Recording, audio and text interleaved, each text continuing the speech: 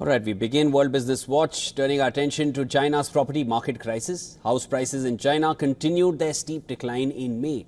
This shows the country's strongest measures to prop up the real estate market, which have failed to rekindle demand. Take a look at this next report for more.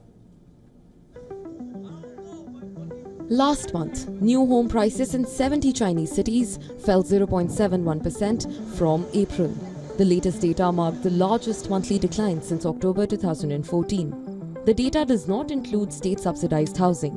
Existing property values fell 1% to mark the steepest loss since China began collecting this data in 2011. The price drops were significantly more severe than they had been a year before. The value of both new and used homes fell by 7.5% and 4.3% respectively.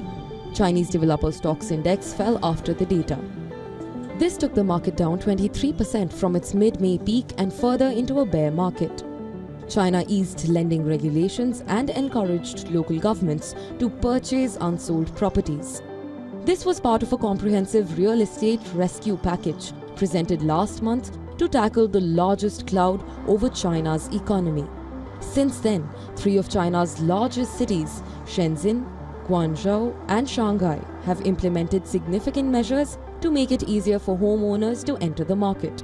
Even Beijing, the capital city, has announced several steps. The measures include lowering the down payment requirements and making way for more affordable mortgages. However, investors and experts remain skeptical that these measures will be sufficient. Prices have been falling and discouraging investors due to the glut of homes on the market.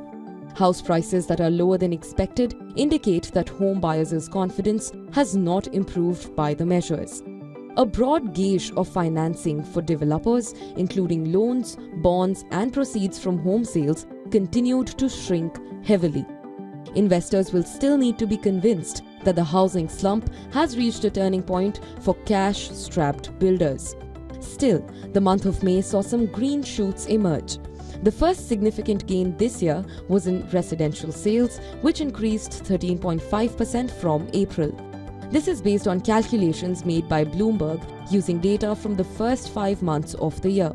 However, market watchers diverge on the outlook. Business Bureau, WION, World is One.